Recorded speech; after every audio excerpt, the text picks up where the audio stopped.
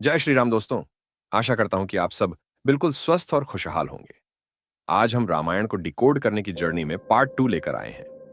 I believe कि आपने हमारे पहले पार्ट को देखा होगा, लेकिन अगर नहीं देखा या थोड़ा भूल गए हो तो एक छोटी सी हम्बल रिक्वेस्ट है कि पहले उसे जरूर देख लें, क्योंकि वो हमारी इस अमेजिंग जर्नी का पहला स्टेप है। तो चलिए फिर एक बार दिल से स्वागत है आप सबका मेरे चैनल पर। रेडी हो जाइए, क्योंकि आज हम रामायण के छुपे हुए रहस्यों को और भी गहराई से एक्सप्लोर करने वाले हैं।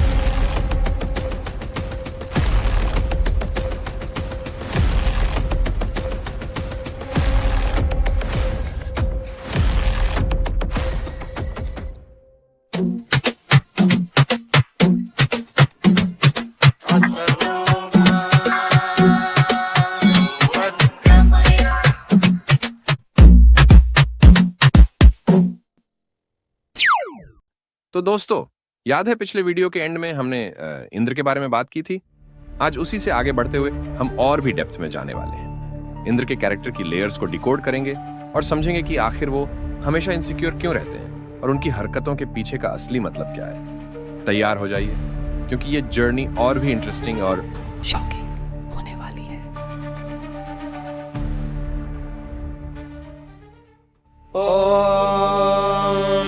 पिबा सोममिन्द्रमन्दतुत्वायन्ते सुषावहर्यश्वाद्रीः सोतुर्बाहुभ्यां सुयतो नार्वा यस्ते मदो युज्यश्चारुरस्ति येन वृत्राणि हर्यश्वहंसि सत्त्वामिन्द्रप्रभुव सोममत्तु।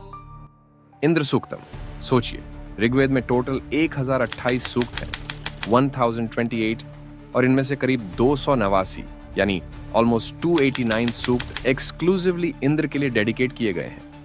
मतलब पूरे ऋग्वेद का मोर देन 25% हिस्सा सिर्फ इंद्र को समर्पित है। इतना बड़ा ऑनर, इतनी बड़ी पोजीशन, लेकिन फिर भी इंद्र की कहानी में एक ट्विस्ट है।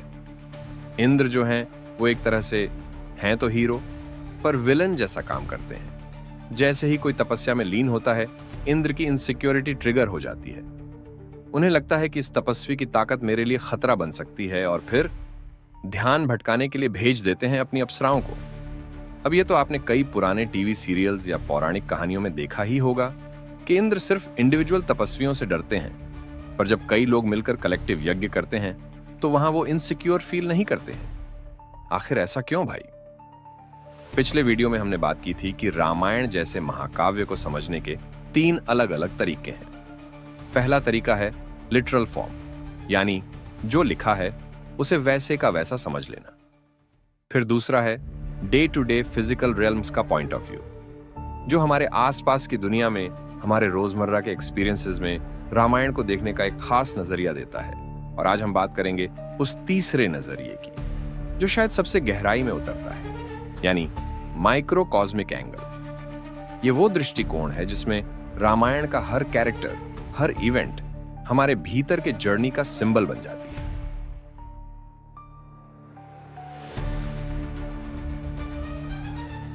जैसा कि हमने पिछले वीडियो में डिस्कस किया था, मैक्रो कॉस्मिक वर्ल्ड में इंद्र लाइटनिंग को पर्सोनिफाई करते हैं। वो आसमान की बिजली का सिंबलिज्म है। अब इमेजिन कीजिए, माइक्रो कॉस्मिक वर्ल्ड में वही इंद्र हमारे अंदर की स्पार्क को पर्सोनिफाई करते हैं। लेकिन रुकिए, ये स्पार्क हमारे अंदर आती कहां से है? क्या आपने कभी सोचा है? वो सडन आइडियाज, वो छोटी छोटी इंस्पिरेशंस जो हमें कुछ नया करने की ताकत देती हैं, वो आखिर ओरिजिनेट कहां से होती हैं? And not just that, reflex action, उसमें भी तो एक स्पार्क होती है ना? इमेजिन जब आपका हाथ किसी गर्म चीज को टच करता है और बिना सोचे समझे आपका हाथ इंस्टेंटली वापस चला जाता है। दैट्स अ स्पार्क, एक natural reaction. It's like a tiny flash of instinct, एक ऑटोमेटिक एक्शन जो बिना दिमाग से परमिशन लिए ही किक इन कर जाता है। Isn't it amazing? तो आपको शायद हिंट तो मिल ही गया होगा कि हमारे अंदर ये स्पार्क कहां से ओरिजिनेट होती है।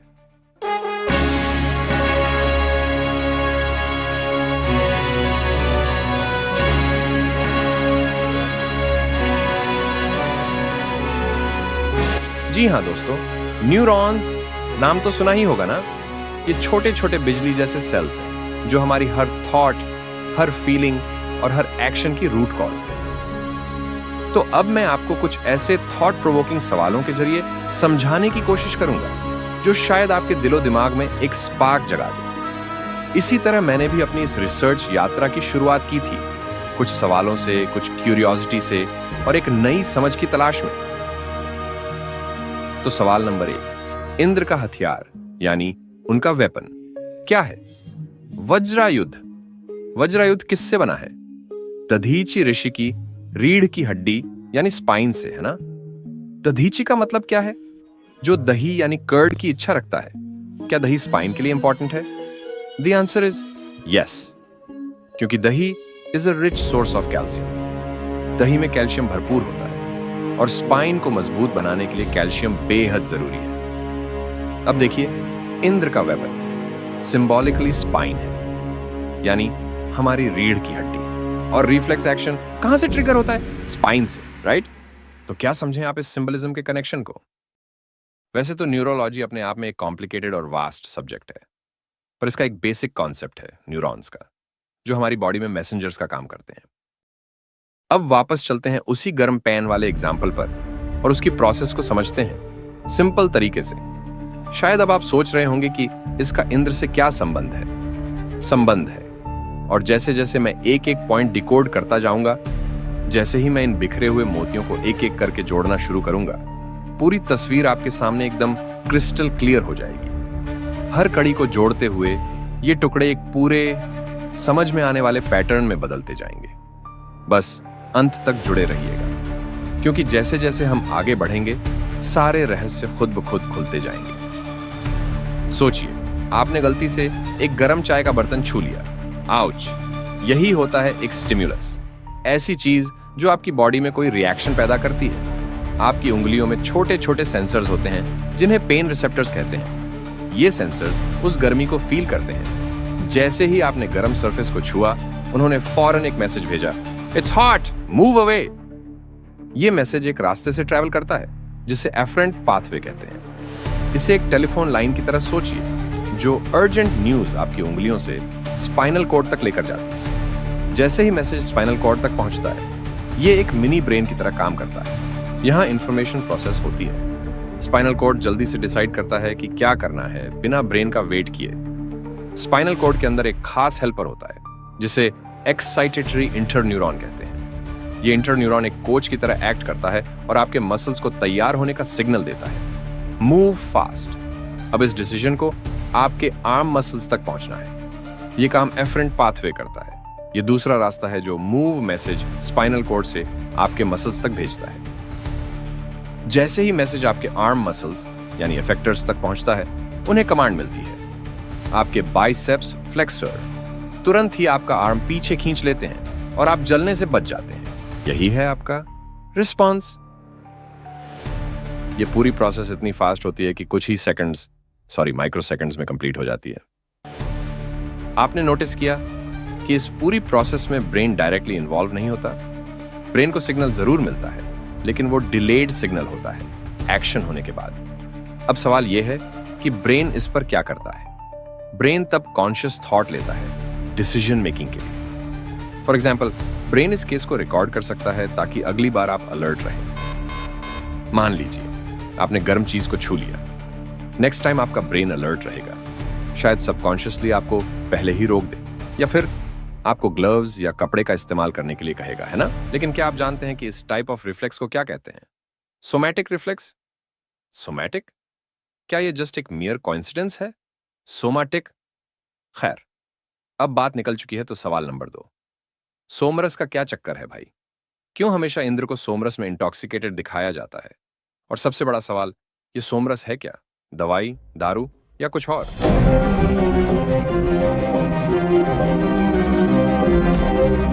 आई एम श्योर कि ये सीक्रेट आपको पूरे इंटरनेट पर नहीं मिलेगा। सोम यानी मून, रस यानी जूस, या वो चीज जो इमोशंस को जगा दे। आपको पता ही होगा कि पृथ्वी पर टाइड्स मून के ग्रेविटेशनल फोर्स के कारण होती है, पर हमारे शरीर के अंदर वो क्या चीज है जो मून से इंपैक्ट होती है? सोचिए, हार्मोन्स। जी हां दोस्तों, ये हार्मोन्स ही हैं जिन्हें सोमरस कहा गया है। ये सोमरस कोई पौराणिक या मिथोलॉजिकल जड़ी बूटी नहीं है जिसे लोग आज भी ढूंढ रहे हैं। ये हार्मोन्स ही हैं। वैदिक काल में जो सोमरस यज्ञ में देवताओं को ऑफरिंग के तौर पर दी जाती थी, वो सिर्फ एक सिंबलिज्म मात्र था। जैसे हम भगवान को फूल चढ़ाते हैं, क्यों? क्योंकि फूलों में हम प्योरिटी, इनोसेंस और डिविनिटी देखते हैं, है ना? अच्छा भाई, मैं इतना कॉन्फिडेंस से कैसे बोल सकता हूं कि सोमरस हार्मोन्स ही है? क्या मेरे पास कोई सबूत, कोई एविडेंस है? The answer is a big yes. Example के तौर पर हम थायराइड हार्मोन को लेते हैं, जो न्यूरॉन्स के डेवलपमेंट और प्रॉपर फंक्शनिंग के लिए बहुत इंपॉर्टेंट है। ये न्यूरॉन्स के लिए टॉनिक की तरह काम करता है। क्या थायराइड हार्मोन मून के फेजेस से इंपैक्ट होता है? साइंटिफिक रिसर्चर्स ने यह प्रूव किया है कि यस, इंपैक्ट होता है। तो दोस्तों, वो जूस या रस जो मून यानी सोम से इन्फ्लुएंस होती है, उसे ही कहते हैं सोमरस। अब बात करें थायराइड की, तो ये आजकल की सबसे कॉमन लाइफस्टाइल डिजीजेस में से एक बन गई है, खासकर हाइपोथायरॉयडिज्म, जिसमें थायराइड हार्मोन या तो बहुत कम प्रोड्यूस होता है या बिल्कुल भी नहीं, और इसका असर इंसान डल या सुस्त महसूस करता है। क्यों? क्योंकि न्यूरॉन्स को उनका टॉनिक नहीं मिल पाता, और जब न्यूरॉन्स को यह टॉनिक नहीं मिलता तो ब्रेन के डेवलपमेंट पर सीधा असर पड़ता है। इन लोगों में वो खास स्पार्क कम हो जाता है जो लाइफ को वाइब्रेंट और एनर्जेटिक बनाता है। सोचिए कितना क्रिटिकल है ये छोटा सा हार्मोन। ये ऋग्वेद में से इंद्र सूक्तम के कुछ वर्सेस हैं। इन सभी श्लोकों के एंड में आपको एक कॉमन सेट ऑफ वर्ड्स दिखाई देगा। सोमस्यता मद इंद्रश्चकारः, यानी इंद्र ने वो सारे कर्म सोम के मद में यानी नशे में किए। जो कुछ भी इंद्र ने किया वो सब सोमरस यानी हार्मोन के नशे में किया। वैसे काफी सारे कर्मों का मेंशनिंग है इन वर्सेस में, सब कोडेड है। खैर, वैसे क्या आपको पता है कि सोमरस के सबसे बड़े कंज्यूमर्स कौन हैं? एक तो देवेंद्र और दूसरा है अग्नि, हाँ, फायर। अब इसे हम साइंटिफिकली देखते हैं। हमारे शरीर में गर्मी या हीट कौन जनरेट और रेगुलेट करता है? Thyroid hormone. हीट यानी फायर एलिमेंट या अग्नि तत्व। डाइजेशन में भी अग्नि लगती है और बाकी सारी मेटाबॉलिक एक्टिविटीज के लिए भी आग लगती है ना? मेटाबॉलिक एक्टिविटीज जैसे कि फूड को एनर्जी में कन्वर्ट करना, बॉडी के टिश्यूज को बनाना और उसे रिपेयर करना, या फिर अपने शरीर में से वेस्ट को निकालना। तो थायराइड हार्मोन उर्फ सोमरस कितना इंपॉर्टेंट है हमारे बॉडी के लिए? तो अब भी आप बोलेंगे कि सोमरस दारू है। ओके, अब आते हैं क्वेश्चन नंबर 3 पे। अप्सरा कौन है? कौन है ये इंद्र के देवलोक की दिव्य सुंदरियां? क्या ये सिर्फ डांसर्स थीं या इंद्र की सर्वेंट्स? पुराणों की कहानियों से तो ऐसा लगता है कि इंद्र हमेशा सोमरस के नशे में चूर इन अप्सराओं के डांस देख के ऐश कर रहा हो, मुगलों की तरह। और जब भी किसी तपस्वी की तपस्या से इंद्र को इनसिक्योरिटी फील होती तो ट्रम्प कार्ड बनकर ये अप्सराएं भेज दी जाती थीं उस तपस्वी का ध्यान भंग करने के लिए। लेकिन क्या यह पूरी सच्चाई है? चलिए इस गुत्थी को सुलझाते हैं। अप्सरा शब्द 2 शब्दों से मिलकर बना है, अप और सरा। अप का अर्थ है पानी, वाटर, और सरा का अर्थ है फ्लो या मूवमेंट। मतलब अप्सरा वो होती है जो पानी में मूव या फ्लो होती है। इन्हें इंग्लिश में वाटर निम्फ कहा जाता है। अप्सरा वर्ड का एक और मीनिंग भी देखा जाता है। अप्सु का अर्थ है पानी, वाटर, और रस का मतलब है स्वाद, टेस्ट या एसेंस, यानी वो जिसमें पानी का स्वाद हो। That which has taste of water और that which is essence of water. पानी का कोई स्वाद होता है क्या? नहीं ना। लेकिन क्या हार्मोन्स का कोई स्वाद होता है? एक्चुअली नहीं। शास्त्रों में अप्सराओं को 2 कैटेगरीज में डिवाइड किया गया है, दैविक या डिवाइन, और दूसरा लौकिक यानी वर्ल्डली। डिवाइन अप्सराओं की संख्या 10 मानी गई है, जबकि वर्ल्डली अप्सराओं की संख्या 34 बताई गई है। महाभारत के अनुसार कुल मिलाकर 45 वर्ल्डली अप्सराओं के नामों का मेंशनिंग मिलता है। Quite close. अब ये देखिए, हमारे शरीर में कितनी ग्लैंड्स हैं? हमारे बॉडी में 2 टाइप की ग्लैंड्स हैं, एक्सोक्राइन ग्लैंड्स और एंडोक्राइन ग्लैंड्स। एक्सोक्राइन ग्लैंड्स 45 और एंडोक्राइन 10 हैं। इसके सब कैटेगरीज और भी होंगे, पर ब्रॉडली ये 45 और 10 हैं। तो अप्सराएं बेसिकली इन ग्लैंड्स में से निकलने वाली सिक्रीशंस हैं। कुछ हार्मोन्स, कुछ एंजाइम्स, एंटीबॉडीज, प्रोटीन्स, आयंस आदि आदि। तो क्या सोमरस भी हार्मोन और कुछ अप्सराएं भी hormone? Confused?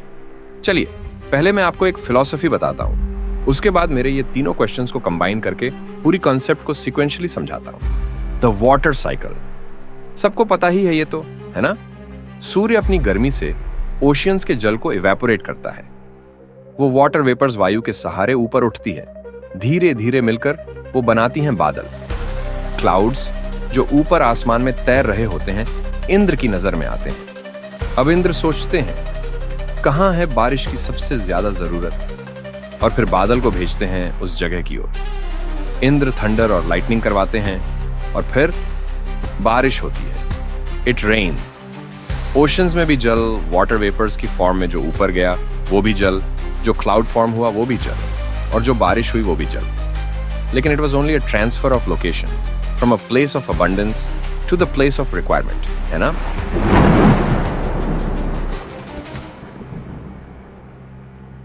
I am sure कि आप में से कुछ लोग अब भी ये समझ रहे होंगे कि ये सब मेरी इंटरप्रिटेशन मात्र है। तो अब हम उन तीनों सवालों को कंबाइन करके इंद्र के कॉन्सेप्ट की एकदम क्रिस्टल क्लियर पिक्चर बनाते हैं।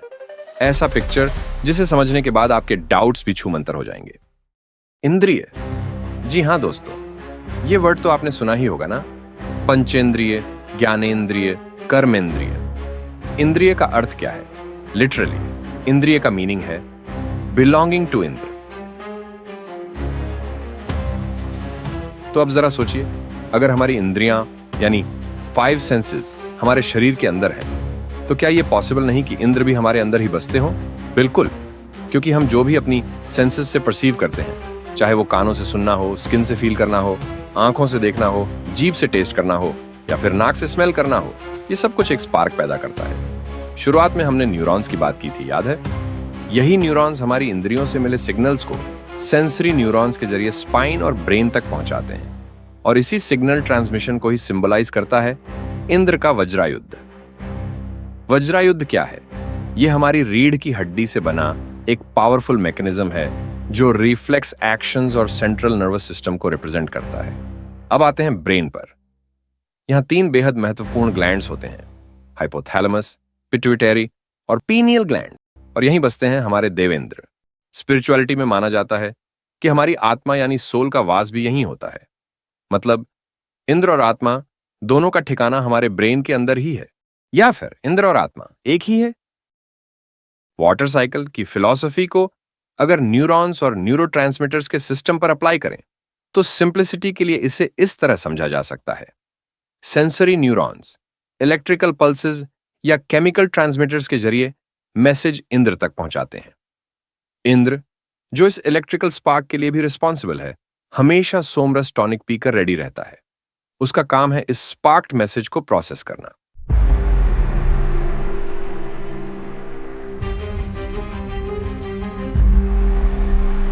अब इंद्र का एक्शन 2 तरह से हो सकता है।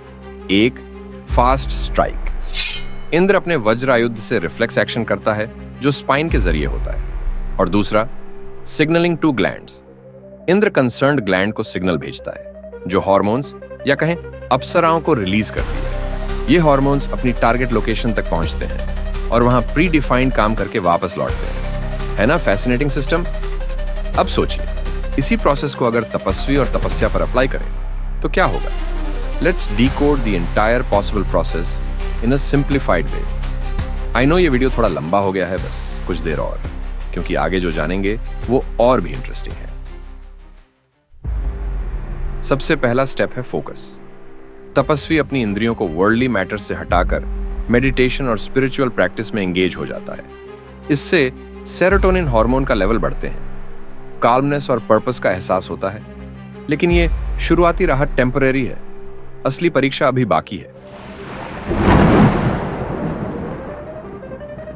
फास्टिंग यानी उपवास की वजह से बॉडी में ग्लूकोज लेवल्स कम हो जाते हैं। जैसे ही शरीर में ग्लूकोज लेवल कम होते हैं, हाइपोथैलेमस अलार्म बजा देता है।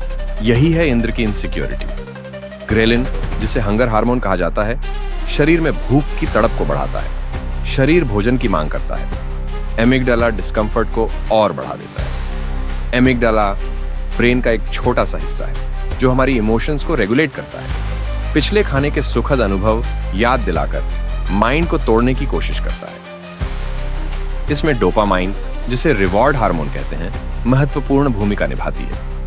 यही डोपामाइन और सेरोटोनिन जैसे हार्मोन हमारे माइंड में फील गुड फैक्टर पैदा करते हैं।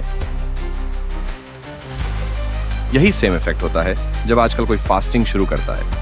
शुरुआत के 2 दिन तक सब अच्छा लगता है, लेकिन फिर क्रेविंग्स का अटैक शुरू हो जाता है। और यही है इंद्र ऑन हिज ड्यूटी अप्सराओं के साथ, my dear friends, tempting you to break your fast, think about it. अब ये पूरी तरह आपकी इच्छा शक्ति यानी विल पावर पर डिपेंडेंट है।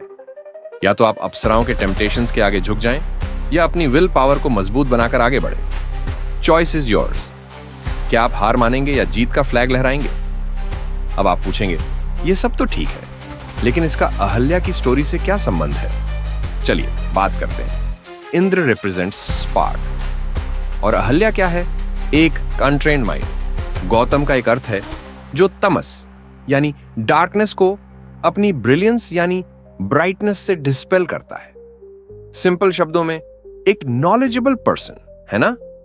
पर सोचिए, अगर ये नॉलेजेबल पर्सन अपनी नॉलेज का यूज ही ना करे तो?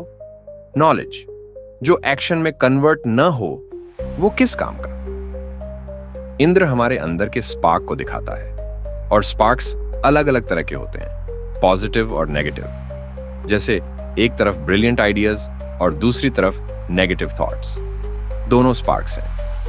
पर अगर आपके माइंड में सिर्फ आइडियाज या थॉट्स का फ्लड हो बिना किसी एक्शन के, तो क्या होगा? एक थॉट से दूसरा, दूसरे से तीसरा, और परिणाम chaotic माइंड, राइट? 2 थॉट्स के बीच एक गैप होता है। पहला थॉट जो ऑलरेडी हो चुका है, जो पास्ट है, और दूसरा थॉट जो होने वाला है, जो फ्यूचर है। उन दोनों के बीच जो गैप है वो है गैप ऑफ नाउ यानी प्रेजेंट। अब सोचिए, अगर आप इस गैप में एक सुपीरियर सोर्स ऑफ एनर्जी पर फोकस करें तो क्या होगा? Divine intervention.